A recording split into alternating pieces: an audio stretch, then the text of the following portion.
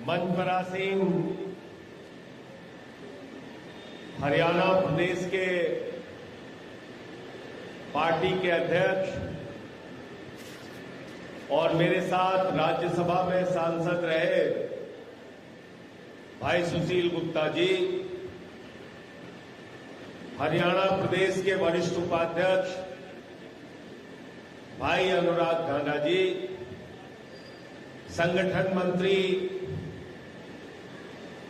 राजेंद्र शर्मा जी, जिले के अध्यक्ष हमारे साथी महेंद्र सिंह जी,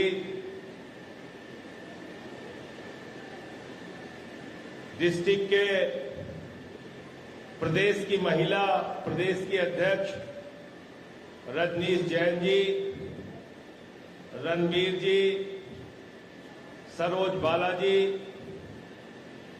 सतीश जी, अनिल भाई और उपस्थित साथियों और दोस्तों, मैं सबसे ज्यादा बधाई अपने कार्यकर्ताओं को देना चाहता हूं, जिन्होंने दिन रात मेहनत करके इतनी बड़ी सभा का आयोजन किया। इसके लिए आप सबको बहुत बहुत बधाई के पात्र हैं आपने, क्योंकि मुझे मालूम है कि एक सभा को आयोजित करने में कितनी कठिनाई होती है। बारिश का भी मौसम है,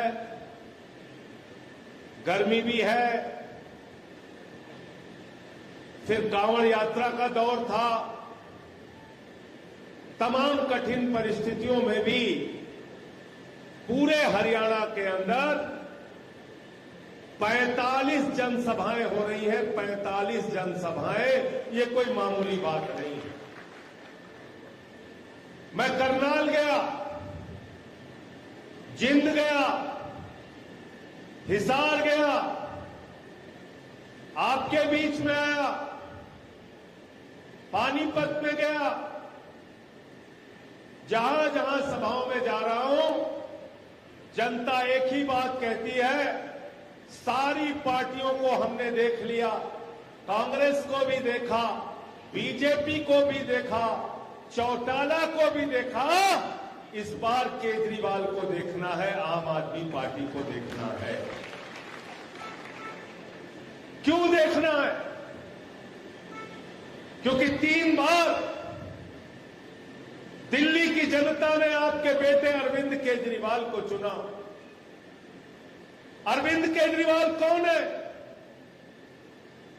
आपके इसी हरियाणा का लाल, जिसने देश के सबसे बड़े शिक्षण संस्थान से आईआईटी से पढ़ाई की, इंजीनियरिंग की। अरविंद केजरीवाल इनकम टैक्स के कमिश्नर थे और आपको मालूम होगा अरविंद केजरीवाल का जन्म जन्माष्टमी के दिन हुआ। जन्माष्टमी के दिन दुष्टों का नाश करने के लिए अरविंद केजरीवाल पैदा हुआ। अब वो अरविंद केजरीवाल जो इनकम टैक्स के कमिश्नर थे, अपनी नौकरी को लात मार के झुग्गी बस्तियों में रहते हैं। मेरे दोस्तों, वहां के लोगों की समस्याओं के लिए लड़ाई लड़ते हैं। उसके बाद भ्रष्टाचार विरोधी आंदोलन पूरे देश में खड़ा करते हैं। फिर एक राजनीतिक पार्टी का जन्म होता है, आम आदमी पार्टी। और आपको जानकर हैरानी होगी, पहले चुनाव में ही भारतीय जनता पार्टी और कांग्रेस को हराकर अरविंद केजरीवाल ने 2013 में आम आदमी पार्टी का परचम दिल्ली के अंदर लहराने का काम किया। मुझे याद है, हरियाणा के भी कार्यकर्ता वहां पर गए थे, पंजाब से भी गए थे, उत्तर प्रदेश से भी गए थे। एक नए बदलाव की राजनीति की शुरुआत हुई थी 2013 में। फिर कुचक्र रच के हमारी उस सरकार को चलने नहीं दिया गया। एक चपरासी की नौकरी कोई नहीं छोड़ता। जो लोग आज कुछ केजरीवाल के बारे में उल्टी सीधे बातें करते हैं, मैं उन भाजपाइयों को कहना चाहता हूं, एक चपरासी की नौकरी कोई नहीं छोड़ता। अरविंद केजरीवाल वो शख्स है जिसने मुख्यमंत्री की कुर्सी को 49 दिन में लात मार के कहा, हम सत्ता के लिए नहीं जनता के लिए आए हैं। ये अरविंद केजरीवाल। 2015 का चुनाव चल रहा था साथियों और दोस्तों, नरेंद्र मोदी जी पूरे देश का चुनाव जीत के आए थे, हरियाणा भी जीत गए थे, महाराष्ट्र जीत गए थे, झारखंड में जीत गए थे। अहंकार से इतना लबरेज थे नरेंद्र मोदी जी, रामलीला के मैदान में पहुंचे तो कहने लगे ये केजरीवाल तो बदनसीब है, इसको वोट मत देना, मैं बड़ा नसीब वाला हूं, देश का प्रधानमंत्री हूं, मुझे वोट दे देना। दिल्ली की जनता ने कहा, नरेंद्र मोदी जी लोकतंत्र के असली मालिक हम हैं, नसीब हम लिखते हैं। केजरीवाल को 67 सीट देके विधानसभा में भेजा और नरेंद्र मोदी को 3 सीट देके मेरे दोस्तों स्कूटर पार्टी बनाने का काम किया। स्कूटर पार्टी क्या है? एक स्कूटर पे 3 विधायक बैठो और विधानसभा चले जाओ। भाजपा को स्कूटर पार्टी बनाने का काम दिल्ली की जनता ने किया। इतना बेहतरीन और अच्छा काम किया कि 2017 में 22 सीटें हमारी पंजाब में आई, 4 हमारे लोकसभा के सांसद 2014 में जीते और 2022 के अंदर केजरीवाल के दिल्ली का करिश्मा पंजाब पहुंचा और पंजाब में 92 सीटें आम आदमी पार्टी की आई। 92 सीटें। क्यों वोट दिया पंजाब के लोगों ने? बिजली के लिए वोट दिया, पानी के लिए वोट दिया, शिक्षा के लिए वोट दिया, इलाज के लिए वोट दिया, सिंचाई के लिए वोट दिया। और पंजाब की भगवंत मान की सरकार ने 43,000 सरकारी नौकरियां दी। न कोई पेपर लीक, न कोई भ्रष्टाचार। पेपर लीक और भ्रष्टाचार के बगैर 43,000 नौजवानों को सरकारी नौकरी देने का काम किया।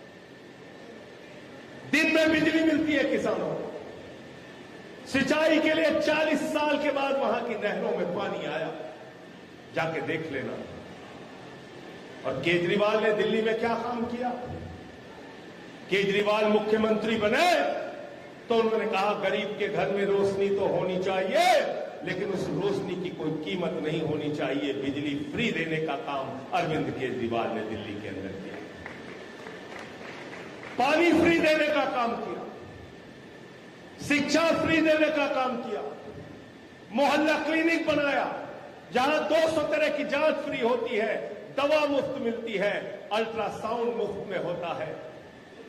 फरिश्ते स्कीम लेके आए अरविंद केजरीवाल दिल्ली के अंदर। उन्होंने कहा दिल्ली की सड़क पर अगर देश के किसी हिस्से के नागरिक का एक्सीडेंट हो जाता है तो उसको छोड़ के भागना मत, उसके लिए फरिश्ते बन जाना, उसको उठाना, अस्पताल पहुंचाने का भी 2000 हम देंगे।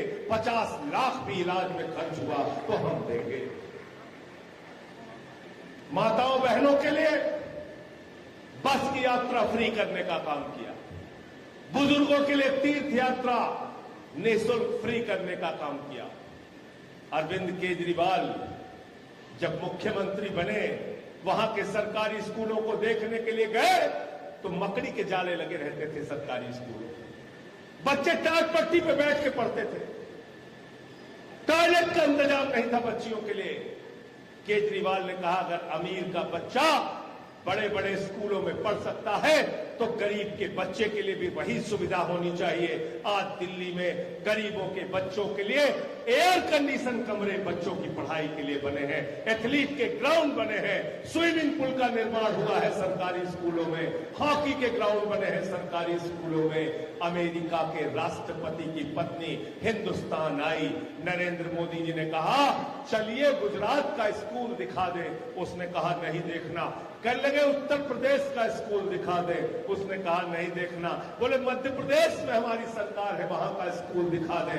उसने कहा नहीं देखना। बोले हरियाणा दिल्ली के करीब है, चलो दिखा दे वहां का सरकारी स्कूल। उसने कहा देखना नहीं। तो बोले देखना क्या है?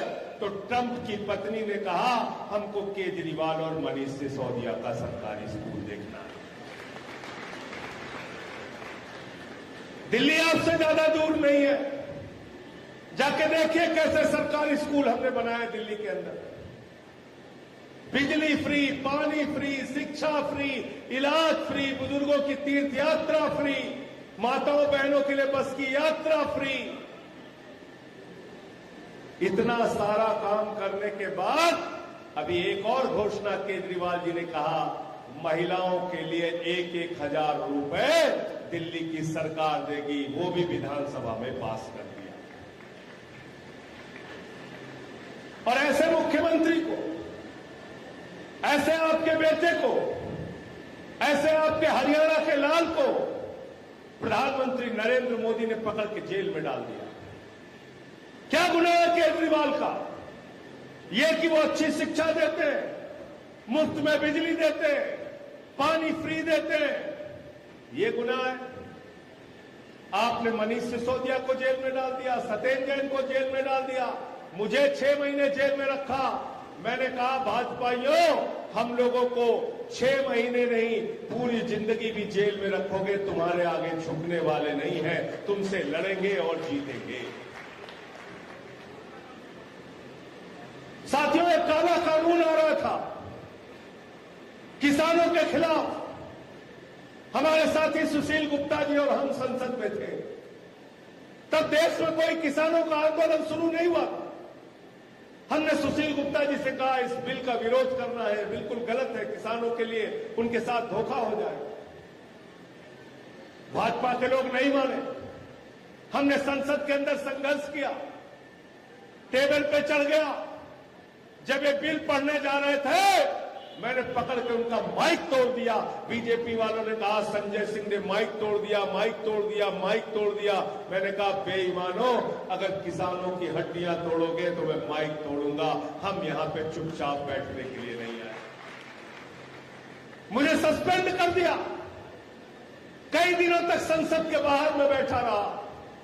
लेकिन देश के अन्नदाताओं के लिए लड़ाई हमने लड़ी साथियों, सड़क पर भी लड़ी, संसद में भी लड़ी। लेकिन क्या किया बीजेपी के लोगों ने आपके साथ? जो आपका वोट लेते हैं, कहते हैं एमएसपी देंगे, फसल का दाम देंगे, उन लोगों ने आपके ऊपर गोलियां चलवाई, आंसू गैस के गोले छोड़े, सड़क पे तारे बिछाई, कीले गाड़ी।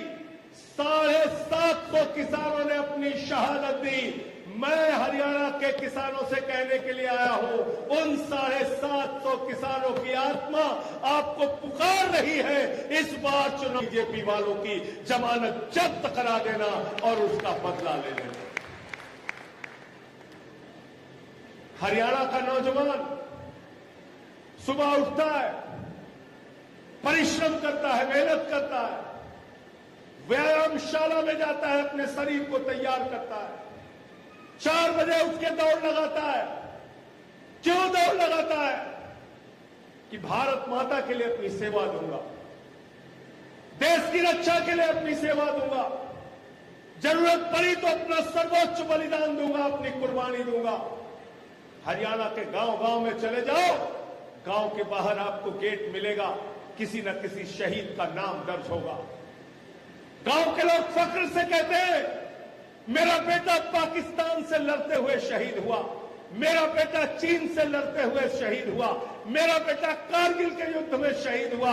लेकिन भारतीय जनता पार्टी की सरकार ने, डबल इंजन की सरकार ने, प्रधानमंत्री नरेंद्र मोदी ने हरियाणा के नौजवानों के पीठ में छुरा मारने का काम किया। अग्निवीर योजना भारत माता के साथ गद्दारी की योजना है, भारत के सेना के साथ गद्दारी की योजना है। जिसने आपके नौजवानों के पीठ में छुरा मारा है, उनको इस बार चुनाव में हराने का काम आपको करना है। बताओ, तैयार हो आप लोग? यह अग्निवीर योजना, मैंने प्रधानमंत्री का एक बयान सुना, बहुत ही शर्मनाक बयान। प्रधानमंत्री ने कहा यह अग्निवीर योजना भारत की सेना को युवा बनाने की योजना है। मैंने कहा वाह प्रधानमंत्री जी, हमारी जिस भारतीय सेना ने पाकिस्तान को बार बार हराया, जिस भारत की सेना ने चीन से युद्ध लड़ा, भारत की जिस सेना ने पाकिस्तान के दो टुकड़े करके पाकिस्तान और बांग्लादेश बनाया, भारत की जिस सेना ने कारगिल का युद्ध जीता, हमारी वो सेना युवा भी थी, बहादुर भी थी, वीर भी थी, पराक्रमी भी थी। सेना की वीरता पे सवाल मत उठाओ प्रधानमंत्री जी। अगर सेना को युवा बनाना चाहते हो तो सबसे पहले प्रधानमंत्री युवा बनाओ। तुमको 73 साल में तीसरी बार प्रधानमंत्री बनना है और हरियाणा के नौजवान को कहते हो 21 साल में रिटायर हो जाओ। बाप नौकरी करेगा, बेटा रिटायर हो जाएगा, हथियार की ट्रेनिंग लेके आएगा 21 साल का नौजवान और घर में बेरोजगारी के कारण बैठा रहेगा।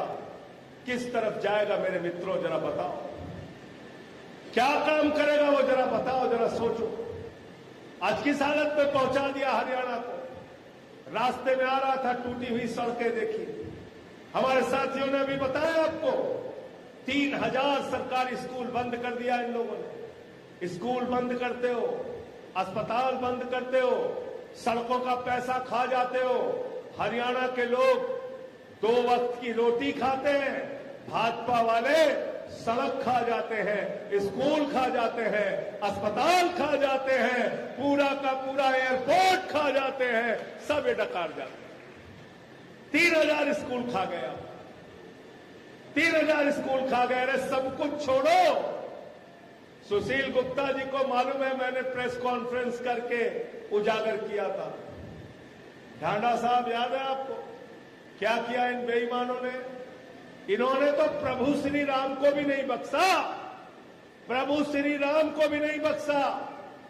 2 करोड़ की जमीन 5 मिनट के अंदर 18.5 करोड़ में राम जन्मभूमि के नाम पर भाजपाइयों ने खरीदा। 5 मिनट में 16.5 करोड़ रुपए का भ्रष्टाचार मैंने खोल के दिखाया था। 16.5 करोड़ रुपए का भ्रष्टाचार। तो इसलिए मैं आपसे कहना चाहता हूं, जिन लोगों ने प्रभु श्री राम के मंदिर के निर्माण में चंदा चोरी करने का काम किया, उनको अयोध्या में प्रभु श्री राम ने हराया, हरियाणा में आप लोग हरा देना। हरियाणा में आप हरा देना, क्योंकि हमारे यहां लोग कहते हैं कोई भी गुनाह कर दो माफ कर देंगे, लेकिन मंदिर का चंदा जो चोरी करेगा, उसमें बेईमानी करेगा, उसको तो गांव वाले माफ नहीं करते, गांव से उसको निकाल के बाहर कर देते हैं। इस बार इनको भाजपाइयों को निकाल के बाहर कर देना। इनके पास आपके बच्चों के लिए कोई योजना नहीं, शिक्षा की कोई योजना नहीं, इलाज की कोई योजना नहीं। केजरीवाल ने 5 गारंटी दी है। हर युवा को रोजगार, माताओं बहनों के लिए 1000 रुपए प्रति माह, बिजली फ्री, शिक्षा फ्री, इलाज फ्री। हरियाणा को विकास और तरक्की के रास्ते पर केजरीवाल और आम आदमी पार्टी ही ले जा सकते हैं, ये आपसे कहना चाहते हैं। आपके लिए सरकार के पास पैसा नहीं है। हम कहते हैं एमएसपी दे दो, सरकार कहती है पैसा नहीं। हम कहते हैं सेना की पुरानी भर्ती बहाल कर दो, सरकार कहती है पैसा नहीं। हम कहते हैं नौजवानों को रोजगार दे दो, सरकार कहती है पैसा नहीं। हम कहते हैं महंगाई बढ़ा दी, पेट्रोल का दाम, डीजल का दाम, गैस का दाम बढ़ा दिया, इसको कम कर दो, सरकार कहती है पैसा नहीं। मेरे दोस्तों, आपके टैक्स का पैसा कहां गया? क्या आपको पता है आपका पैसा कहां गया? 16 लाख करोड़ रुपए चंद पूंजीपतियों का माफ किया है। 16 लाख करोड़ रुपए जीरो लगाते लगाते थक जाओगे, इतना पैसा उन बेईमानों का माफ किया। किसान का कर्जा माफ करने के लिए तैयार नहीं। अरे खाद की बोरी, यूरिया की बोरी में से 10 किलो यूरिया चुरा ली भाजपाइयों ने। पहले 50 की आती थी, अब 40 की आती है, नहीं आती? बताओ महेंद्र जी, गलत तो नहीं कह रहा?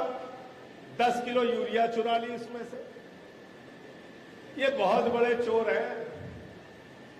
मैंने अब तक सुना था कार चोर होते हैं, बाइक चोर होते हैं, सोना चोर होते हैं। अरे ये भाजपा वाले पार्टी चोर हैं, पार्टी चोर।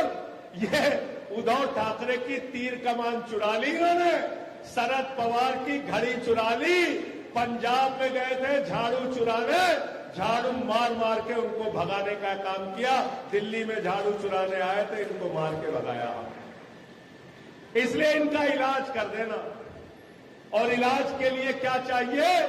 हमारा चुनाव निशान क्या है? पीछे तक हाथ उठा के बताना, क्या चुनाव निशान है हमारा? गांव की सफाई के लिए क्या चाहिए? शहर की सफाई के लिए क्या चाहिए? हरियाणा की सफाई के लिए क्या चाहिए? और अगर किसी के दिमाग पे भूत सवार हो जाए तो भूत उतारने के लिए क्या चाहिए? क्या चाहिए? झाड़ू चाहिए। भाजपाइयों के दिमाग पे सत्ता का भूत सवार हो गया है। वो भूत इस बार के चुनाव में झाड़ू मार मार के आपको उतारने का काम करना है। बताओ, इसके लिए तैयार हो आप लोग? तैयार है सारे लोग? इनका भूत उतारना है साथियों और दोस्तों। इन्होंने देश को खोखला करने का काम किया। अडानी के ऊपर 2.5 लाख करोड़ रुपए का कर्जा है। आपके ऊपर अगर 2.5 लाख का कर्जा होता है, तहसीलदार कालर पकड़ के हवालात में बंद कर देता है। नीरव मोदी 20,000 करोड़ लेके भाग गया, विजय माल्या 10,000 करोड़ लेके भाग गया, ललित मोदी 3,000 करोड़ लेके भाग गया, नितिन सदेसरा 6,000 करोड़ लूट के भाग गया। आपके बैंकों का पैसा लूट लूट के मोदी जी और उनके दोस्तों ने इस देश को खोखला करने का काम किया है। मैं आपसे कहने के लिए आया हूं, ये विनती और प्रार्थना करने के लिए आया हूं। आपने कांग्रेस को भी मौका दिया, बीजेपी को भी मौका दिया, चौटाला को भी मौका दिया। एक बार मौका आम आदमी पार्टी और झाड़ू वालों को दीजिए। दिल्ली में हमारी सरकार 3 बार से, पंजाब में हमारी सरकार, ये बीच में हरियाणा है, ये हरियाणा भी इस बार जिता देना। और एक बड़ा बदलाव हरियाणा के अंदर हम लोगों को करना है। अरविंद केजरीवाल के नेतृत्व में एक बड़ा परिवर्तन हरियाणा के अंदर करना है। जो योजनाएं दिल्ली में चल रही है, पंजाब में चल रही है, वो योजनाएं हरियाणा के अंदर भी चलेगी। और अंत में इन्हीं लाइनों के साथ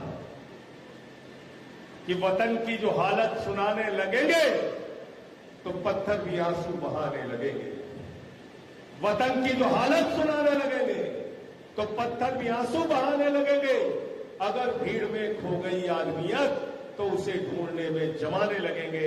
अपने भाईचारे को, अपनी इंसानियत को, अपनी मानवता को, अपनी आदमियत को हमें बचा के रखना है।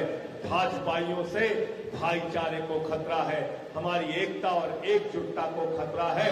बीजेपी का नाम हमने भारतीय जनता पार्टी नहीं, भारतीय झगड़ा पार्टी रख दिया है। झगड़ा कराने वाले लोग हैं, इनसे सावधान रहना। बहुत बहुत शुक्रिया, बहुत बहुत धन्यवाद।